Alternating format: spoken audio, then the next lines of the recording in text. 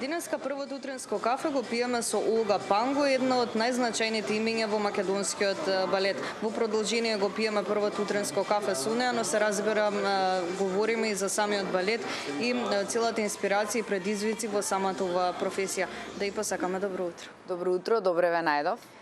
Балетот бара огромна дисциплина, енергија и посветеност. Тука ќе ве прашам како се подготвува всушност една балерина за динамичниот ден кој што следи? Па, знаете како, јас сум веќе балерина во едни поодмакли години, значи треба да го преформулирате прашањето за мене, меѓутоа сега станувам многу порано, да кажам, отколку во времето кога сум била активна балерина.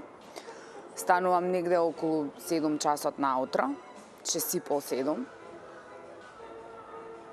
Прво што правам, нели нормално се мијам, се средувам и си цедам сок, значи тоа ми е ритуалот и пијам колагенот со бајле. Затоа што, мислам, нели, со годините се оди и треба да се одржуваме. И после тоа оди, тоа е стандардно. Припремам кафе, меѓутоа бидејќи излегувам, да кажам, негде до кај 15 до 8 или имам часови со децата од балетско школо, од средно балетско школо, или имам други обврски, или одам да вежбам и така натаму, и секогаш кафето го земам со себе. Тоа ми е еден ритуал, да кажам, што во последно време го практикувам. Кој ви е омилено кафе? Или имам дома, имам или машина и капсули и тоа го пијам, иначе некако лаваца повеќе ми лежи, меѓутоа научена сум на ова. Или кога беше пандемијата, нели 2 машини за кафе имав дома, бидејќи не можев да одам кафе да пијам по кафулиња во Скопје и имав потреба да менувам кафе и така да имам убаво кафе дома и секогаш мислам ми е ритуал да си го земам кафето со себе. Како започна вашата приказна, односно како се пројави самата љубов кон балетот? Тоа беше пред многу години, Марија. Јас одев во музичко школо, секогаш тоа го кажувам. Значи бев во нижо музичко училиште, свирев пијано.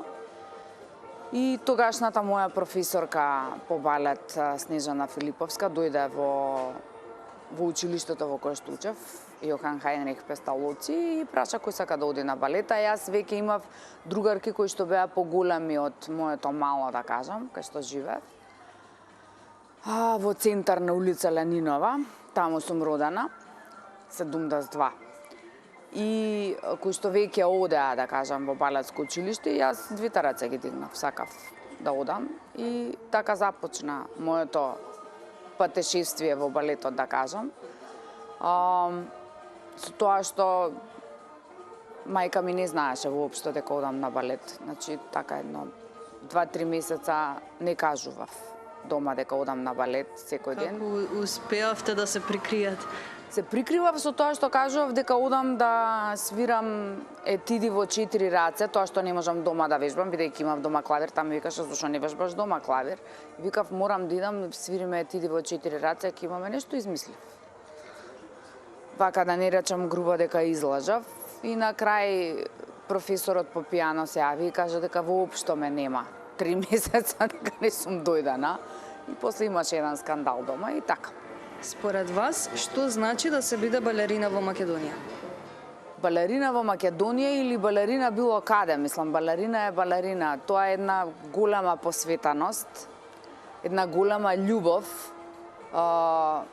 големо одрекување, да кажам, од многу работи.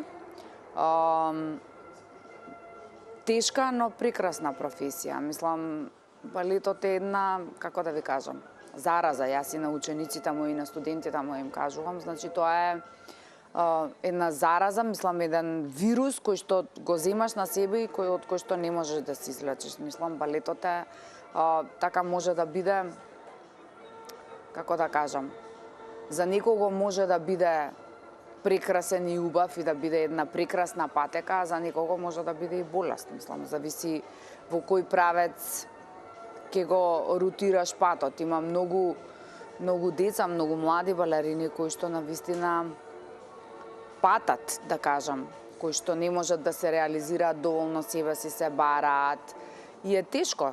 нашата професија е многу тешка и многу е трновит патот, да кажам, до успехот.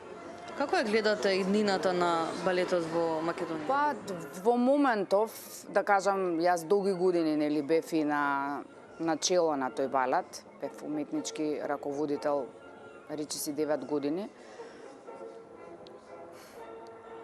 Знаете како, тешко е од овој аспект да говорам, затоа што тоа е професија која што бара и финанси и бара голямо разбирање од власта која што ја раководи државата, да кажам. Нели, ние сме еден национален балет врзан со Министерството за култура. Значи, ако Министерството за култура не ти ги одобри проектите и не ти одобри доволно пари, мислам многу голема мака е да бараш и спонзори и се, например, за да имаш една добра представа, квалитетна представа, да донесеш квалитетен кореограф, квалитетен педагог.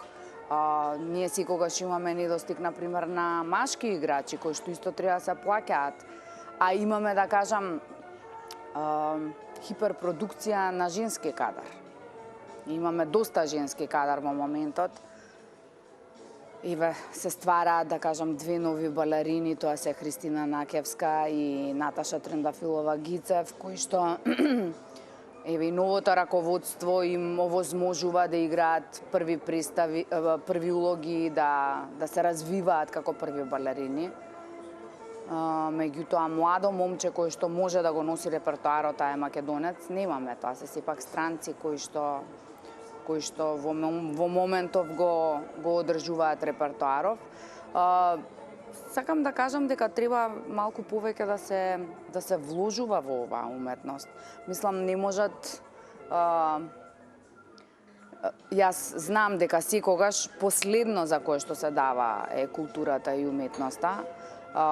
Фала Богу, сега платите ни се многу подостоинствени него претходно што ни беа, да кажам, и со тој нов колективен договор кој што се направи во изминативе години и така натаму. Така да кажам, балетскиот свет може нормално да живее. Меѓутоа, сепак, рацете на тој што го раководи балетот му се врзани доколку не му дадат пари да направи добар проект. Ви благодарам многу што ние имавме можност заедно со вас да го испиеме денеска првото утринско кафе. Ви благодарам и вас. Секогаш сум добре дојден гостин во Телма.